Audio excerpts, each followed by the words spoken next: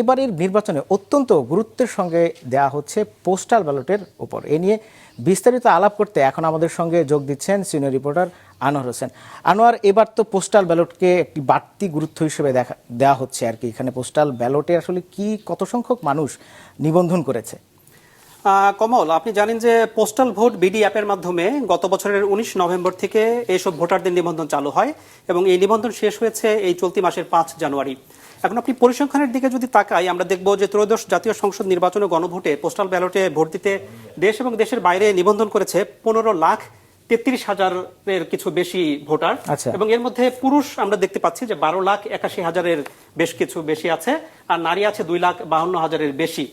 আমরা পরের ধাপে যদি আমরা যাই, আমরা দেখতে পাবো যে দেশের ভেতর নিবন্ধন করেছে কিন্তু 7,61,000 ভোটার।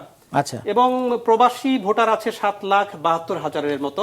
এখানে একটা বিষয় খুব ইন্টারেস্টিং, সেটা হচ্ছে এই যে প্রবাসী ভোটার, আমরা বাংলাদেশের যে পরিসংখ্যান আমরা দেখতে পাচ্ছি, সরকারের পরিসংখ্যানে 1.5 কোটি মানুষ আসলে কিন্তু বিদেশে থাকে।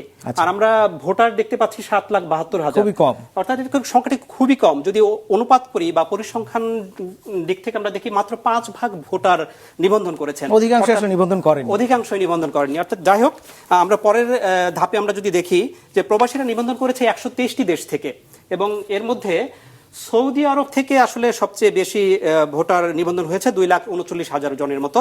এবং দেশের ভেতরে যারা নিবন্ধন করেছে, আমরা এই কার্ডে যেটা দেখতে পাচ্ছি যে সরকারি চাকরিজীবী আছে, নির্বাচনী দায়িত্বপ্রাপ্ত কর্মকর্তা যারা আছে, আনসার ভিডিপিতে যারা কর্মরত আছে, যারা কারাগারে আছে অর্থাৎ কারাবন্দী, এই দেশের ভেতরে ওনারা হচ্ছে পোস্টাল ব্যালটের মাধ্যমে ভোট দেবে।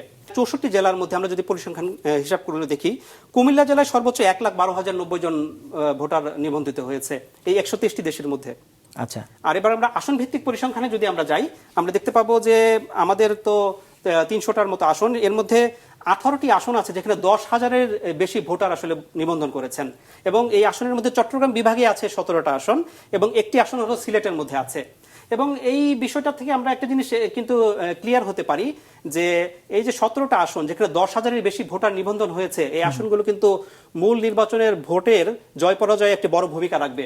এবং একটি বিষয় একটু বলেন যে সিলেটের কথা বলেন, আমরা তো জানি সিলেটের অনেক মানুষ মানে দেশের বাইরে থাকে, লন্ডন বা এই অংশটাই বেশি থাকে, তাদের মধ্যে তো অনেক কম দেখা যাচ্ছে যে নিবন্ধনের হার।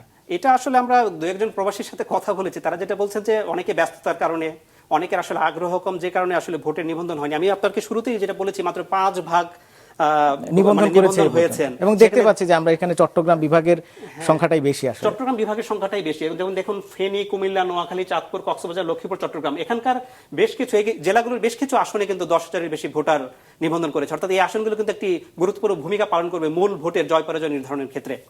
আচ্ছা, আরেকটা বিষয় আমরা যেটা বলছি যে এই যে প্রতীক বরাদ্দের পর থেকে কিন্তু প্রবাসীরা তাদের ভোট দেওয়া শুরু করতে পেরেছে। নির্বাচন কমিশন আমাদেরকে যেটা জানিয়েছে যে 25 জানুয়ারি পর্যন্ত ওনারা ভোট দিতে পারবেন, এবং নিয়মটা হচ্ছে ওনারা ভোট দিয়ে তাদের স্থানীয় যে পোস্টাল অফিস আছে সেখানে যে এটা জমা দিতে হবে।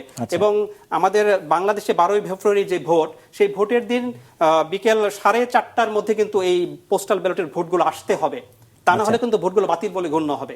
আচ্ছা, এই যে বাতিলের কথায় আসলেন, যে এর আগেও তো পোস্টাল ব্যালটে ভোট নেওয়া হয়েছে, মানে কত সংখ্যক ভোট আসলে বাতিল হয়, এরকম কোন পরিসংখ্যান কি আছে? নির্বাচন কমিশন থেকে আমাদেরকে যেটা বলেছে যে প্রায় 24% ভোটের মতো বাতিল হয়। এটা শুধু বাংলাদেশের ক্ষেত্রে না, পৃথিবীর অন্যান্য দেশগুলোতেও এই পোস্টাল ব্যালটে ভোটের ক্ষেত্রে এই অপচয়টা আসলে হয়।